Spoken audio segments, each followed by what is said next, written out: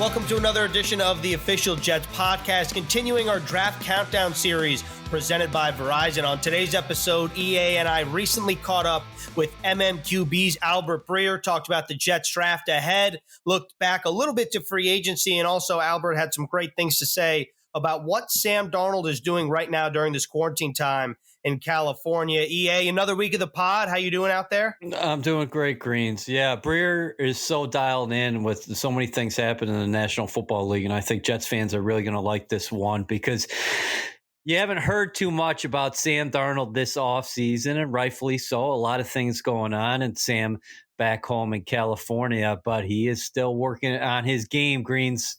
Yeah, we really covered the full gamut here with Breer, and we had him for about 20 minutes. And without further ado, here's Albert Breer. How do you view what Joe Douglas did in free agency? And not only that, but how does that then set him up for the draft ahead?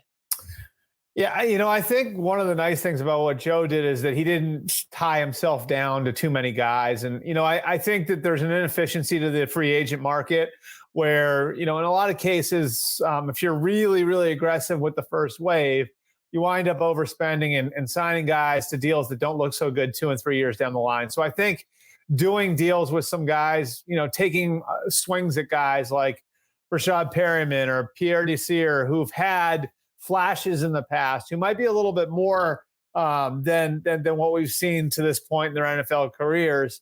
I think those are worthy risks. They plug holes, and I think the idea is, you get a receiver like that, you get a corner like that, and then you sign the amount of offensive linemen they signed. Connor McGovern and George Fant, obviously at the top of the list, and to me, it's just it allows you to go into the draft without having to press one need or the other too hard. Albert, he's definitely wrapping his arms around Sam Darnold. He said, in fact, last preseason, he told his parents, I'm gonna protect this guy. And he's went out and done that in free agency. Robbie Anderson departs to Carolina. He brings in Perryman, a guy who flourished down the stretch last year in Tampa. But I wanted to further the conversation about Darnold here.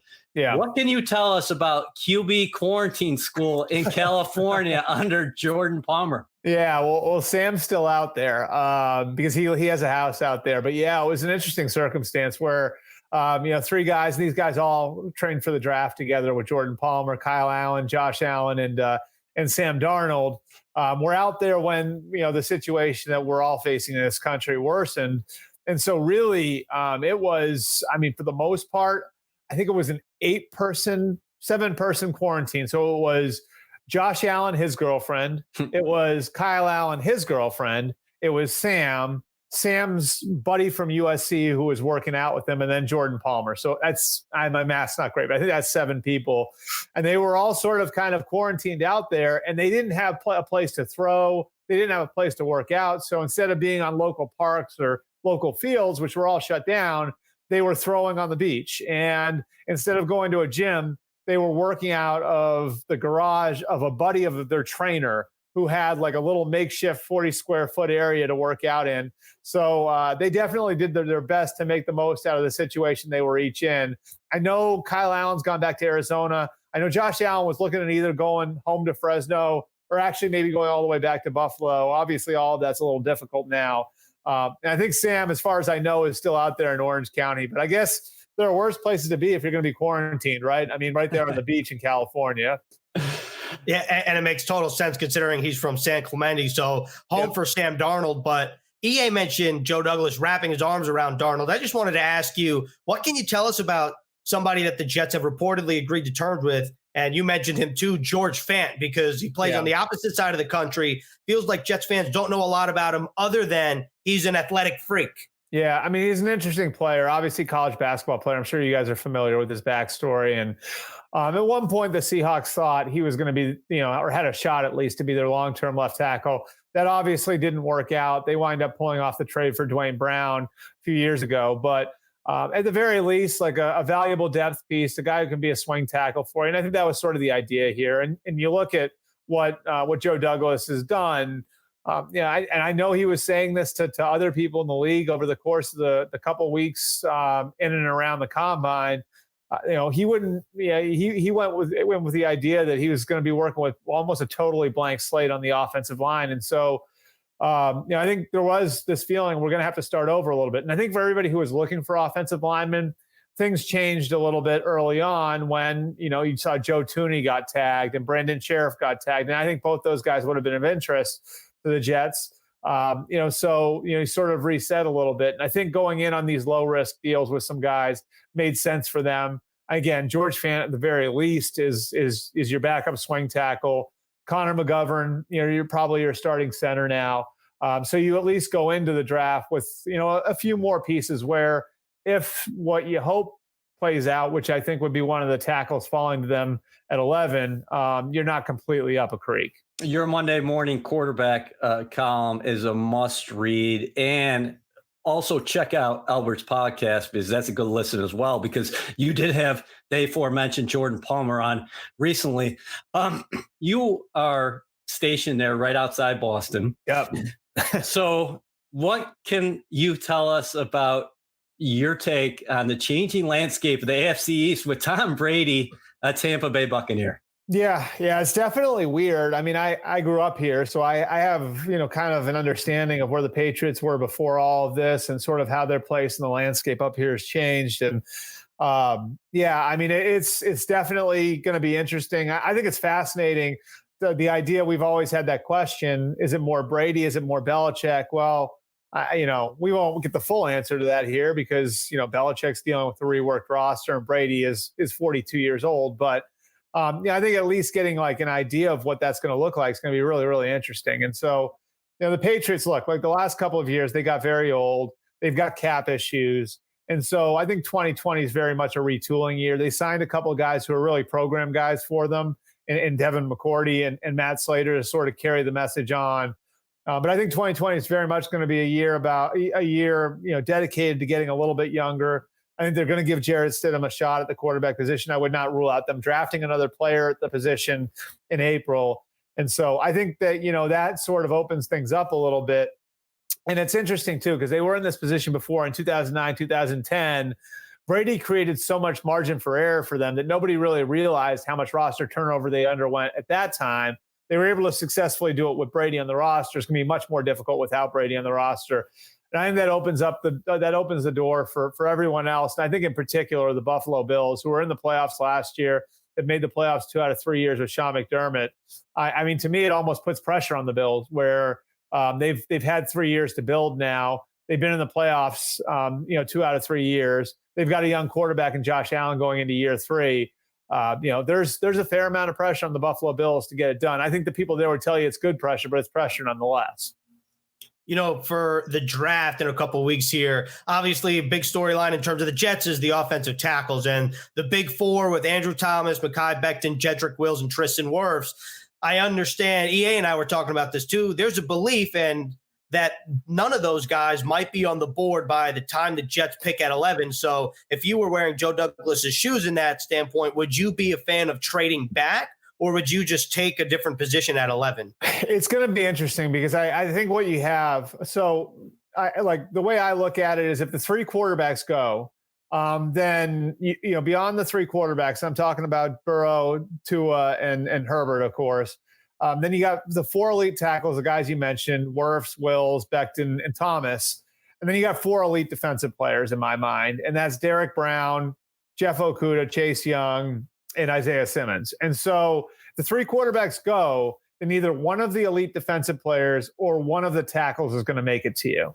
And so if I'm Joe Douglas, I'm looking at it and I'm saying to myself, I'm sort of on the fringe right here where I might not get that tackle, but do I want that defensive player? Like if Derek Brown were to fall to me, and I don't think Derek Brown makes it there, Derek Brown were to fall to me, then maybe I snap him up. Here's the other piece of it. All right. Let's say the 4 tackles and the 4 defensive players all go in the top 10. Well, that means then one of the quarterbacks has slipped to you. So then are you a spot where somebody wants to trade up and get one of the quarterbacks? And so I think ideally Joe Douglas would love to have one of those tackles fall to him and get a guy that they can kind of put in place at the left tackle position, ideally for the next 10 years. But failing that, I mean, you either wind up with maybe an elite defensive player or you're in a position to trade down and pick up a lot of draft capital. We live in an unprecedented time right now. And you talked about some scouts having the belief that, hey, this might be a big guy draft, meaning it's going to be a little bit safer to go in that direction as opposed to maybe some of the skills guys. And you said, Albert, that you wouldn't be surprised at all to see Josh Jones from Houston and Austin Jackson from USC be part of that tackle class in the first round. Yeah, and I mean, even like a Lloyd Cushenberry or Cesar Ruiz, the LSU center, the Michigan center, maybe those guys sneak in the bottom of the round. I mean, I know this, like some of the teams that I talked to over the last few days, we're saying that the bigger guys are a little bit of an easier projection for most teams, and so, if you haven't had the chance to sit down with the receiver, if you haven't had a chance to work him out and see how he runs certain routes, if you haven't had a chance to talk to a defensive back or a linebacker about the scheme they played in college and how they might fit what they want, what the team wants to do at the next level. If you're projecting a little bit more and you haven't had the chance to go through the pro day circuit, you haven't had a chance to go through with 30 visits and all of that sort of stuff, it is a little safer to pick the big guys, right? Like it is a little safer to go ahead and say, this offensive tackle, maybe I look at him as a high second round prospect, but we're at the bottom of the first round. And I feel more comfortable about taking him here than maybe I would be about taking a corner or receiver. So that's sort of the logic there. That's why I think, someone like Javon Kinlaw could wind up going in that elite group that I'm talking about. You could see him go like ninth to Jacksonville because he's a safe pick in this circumstance. And so I do think sort of the circumstance that our entire country's in right now that's created a different draft cycle for all 32 teams will make this a little bit more of a risk-averse draft. That'll mean maybe less risks on character guys, less risks on injured guys, and of course, the lowest risk guys in a lot of these scouts and coaches' minds are the big guys. You've written about this in the past too, the recent success of second round receivers. And when you look at the receiver landscape right now, you think about Jerry Jeudy, CeeDee Lamb, and Henry Ruggs at the top of this list. But is there a situation where those guys even slip to where they're projected to go based on what you just said and the recent success and how rich of this receiver class is? Yeah, I think it's two things. It's the depth of the class. And I think it's also the reality that there's no Julio in this year's class. There's no A.J. Green in this year's class. That's nothing against Jeudy, who I've heard comparisons to Marvin Harrison on. It's nothing against CeeDee Lamb, who I've heard compared to DeAndre Hopkins. So, those are two really good players and guys who can be number one receivers and probably are going to be the first two receivers off the board. But yeah, a lot of these teams are looking at the depth of the class and saying there are going to be really good receivers available in the second round. There's going to be really good receivers available in the third round. And maybe we should just sit here and take our tackle or take our pass rusher or take our corner and wait and get a receiver in the second or third round. And like you said, what bolsters that is the success of second round receivers over the last few years. Michael Thomas, DJ Chark, the two Ole Miss kids last year, DK Metcalf and AJ Brown. There's a really, really good track record right now for second round receivers. And so I think some teams will look at that and say, you know what? Maybe we should wait for, say, a Brandon Ayuk or a Justin Jefferson. Maybe one of those guys falls to us in the second round, and maybe that's a better play for us than going and getting a Jerry Jeudy or a CeeDee Lamb in the first round when there's a little bit more scarcity at some other positions like tackle and corner. Earlier, you mentioned Desir. Obviously, we can pencil him in as one of your boundary corners. The Jets also re-signed valuable nickel corner Brian Poole, but across the way, a question mark as we head to the draft. Yeah. You think that the corners maybe are flying under the radar here and there might be some value in the second round? Yeah, I was sort of surprised to hear about this because I'd always, and it's sort of forever, it seemed like it was like Jeff Okudah and everybody else. And so as I'm going through some of my calls the last few days, like one of the things that came up is like, this is a corner class that's like, maybe you're not going to find somebody in the fifth round, but there are 6 or 7 really good players, and so yes, Okudah is the best of them, and Okudah probably goes in the first 6 or 7 picks, right? So Okudah's off the board for most people, but Christian Fulton, C.J. Henderson, Jeff Gladney, Damon Arnett. There's like there are going to be good corners available in the second round. And, to your point, I'm sure this is sort of what you guys are getting at. If you're Joe Douglas and you're sort of gaming this a little bit, maybe you look at it and you say, okay, if we want to get a tackle, if we want to get a corner, if we want to get a receiver out of this year's group, how do we do it? Well, the tackles might all be gone by the time we get to the second round. So let's take a tackle in the first round. And maybe we get a good corner at the top of the second round, but there won't be one available in the third round. So let's take our corner there. And then in the third round, you get your receiver. So I think just the idea of looking at it globally and looking at the class overall kind of gives you a picture for how some teams might game all of this. Let me ask you this as we start to wrap things up here. Not related to the draft at all, more and related to Sam Darnold. I just want to know your opinion on, because I don't think we've talked with you about this since the end of the season. What can you expect from Sam Darnold if you're a Jets fan entering his second year under the same system for the first time in his career? And not to mention, he's 22 years old. He's 6 months younger than Joe Burrow, who's projected to be the number 1 overall pick and the longest tenured quarterback in the AFC East. Well, I'm a big believer, and look, like I think that this is a huge part of it that goes overlooked a lot. A lot of like when quarterbacks are young, they're sort of at the mercy of what's around them, and that's not saying there's no one who can rise above it. But I mean, look, like we've talked about the guys who've had like MVP type seasons the last few years at the quarterback position, right? Like let's look at some commonalities, okay? So Carson Wentz in Philadelphia, you had a really good offensive line, a premier left tackle, and Jason Peters. A fantastic quarterback situation from a coaching standpoint. Doug Peterson, Frank Reich, and John DeFilippo. The year after that, Patrick Mahomes, great tackles there. Eric Fisher and Mitch Schwartz, a legendary quarterback guru, and Andy Reid. And then last year, Lamar Jackson. Well, what do we have? We got a left tackle in Ronnie Stanley, who was a top 10 pick. We have a head coach in John Harbaugh, who's run a fantastic program for over a decade. And we had an offensive coordinator in Greg Roman, who was perfect for what Lamar Jackson brought to the table. And so I think a lot of cases, and look, that's not taking any credit away from Carson Wentz or Lamar Jackson or Patrick Mahomes for what they've accomplished, but a lot of times you can trace early success for a lot of these guys. And this can go all the way back to guys like Brady and Manning, to the situations they've been put in. And so I think that sort of puts the pressure on Adam Gase and Joe Douglas to create the right scheme situation for him, create the right situation around him. He's working on technical stuff out in California. There's been little things that they've given him mechanically to clean up a little bit. He wants to get better throwing the deep ball. They've worked on that a little bit. I think right now, so much of what he becomes in 2020 is going to be based on what's around him. And of course, because you're in that window where you've got him on a rookie deal, that puts a fair amount of pressure on Adam Gase and Joe Douglas to create the right environment for him. Final one for me, Albert, and you've been so generous with your time, and we're wishing you and your family well. You've written about your wife, who's a nurse there, and I know she is on the front line. So, we're sending many blessings your way and your family's way. But the final thing is, what is the 2020 draft actually going to look like from a fan's perspective? Because we're sitting here 2.5 weeks away. Yeah. And we've never lived through a time like this. And we're talking about a virtual draft. What does that mean?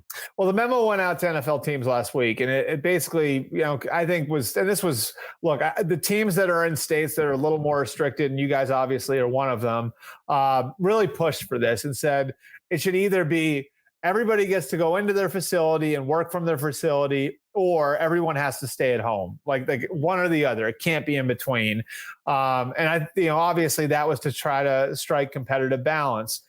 I'm not a doctor, I'm not in government, but I find it pretty hard to believe that within the next 2.5 weeks that every one of these team facilities is going to be open. So, I think it's a pretty fair bet that when we get to the end of April, everybody's going to be running the draft from home. And it's interesting, guys. The IT part of this, I got to tell you, there are teams that are very, very concerned about that. And that's sort of flown under the radar. But you think about the sort of bandwidth you need in your house to run the internet, to run, the cell phone service, all the different stuff that goes into communicating and working during the draft that you would have in a team facility that's wired and connected with business grade internet. Not having that's going to be a problem. And it's funny because when I wrote about that last week, I actually had a number of area scouts reach out to me. One of them, a national scout for one of these teams, said to me, "Oh, well, that's good. Now I guess the office cats understand how all of us feral cats out there on the road have to work."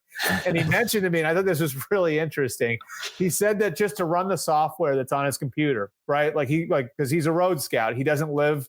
He works for a team in one place and lives somewhere else. He basically explained to me that to do his job, the internet isn't strong enough in his house to support the stuff that they have video-wise and everything else on the computer. So he actually, when he's at home, has to work out of a local Starbucks because they've got a stronger internet connection there. So think about that. That's a single scout, right? Like that's one scout.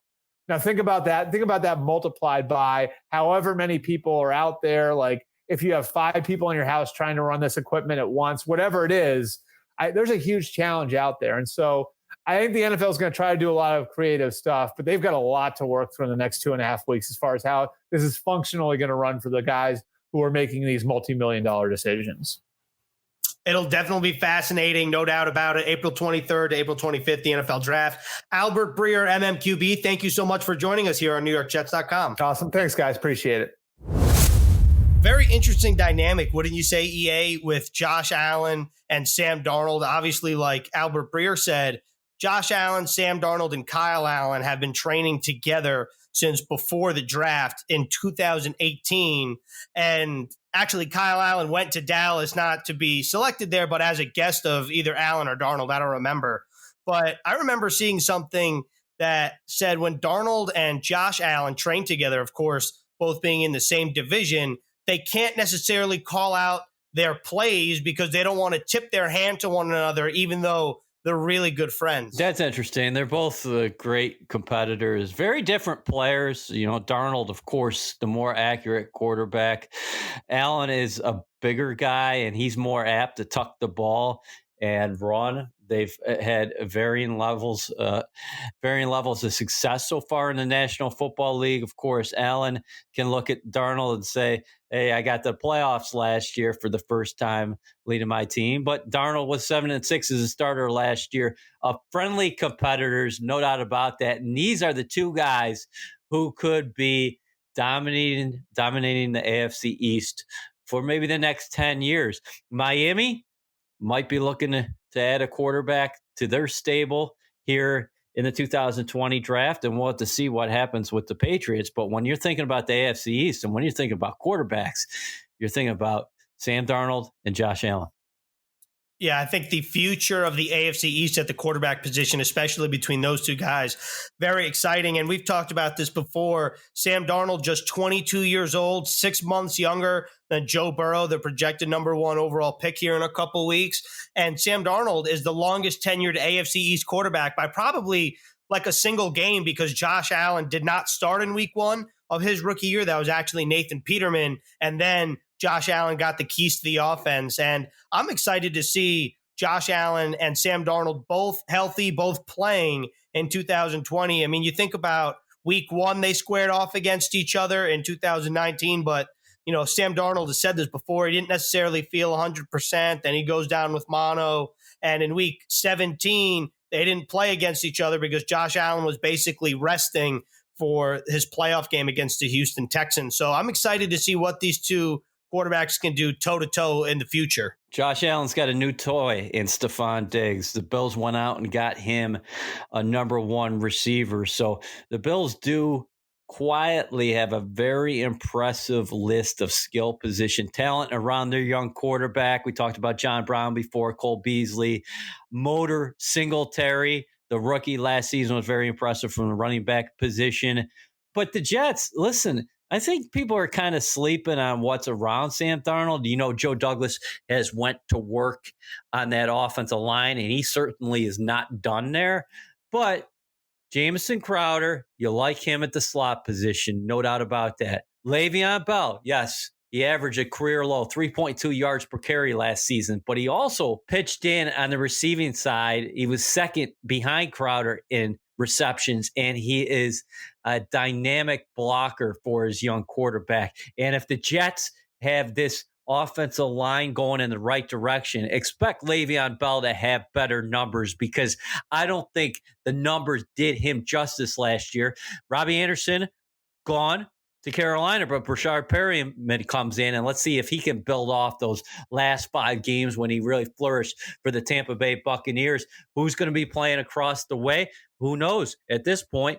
But the tight end position for the New York Jets is stocked. So I think the Jets aren't that far away when you think about their skill position talent, but they're certainly going to look to add to those positions. And Douglas can add either to the O-line, to receiver, even a running back in the draft. Under 2 weeks away now, or a week plus away, April 23rd, the first round. And that was another edition of the Official Jets podcast, our draft countdown series presented by Verizon. Back more with some more Jets-related talk, not so much draft tomorrow. EA, stay safe out there. Take care, Greens.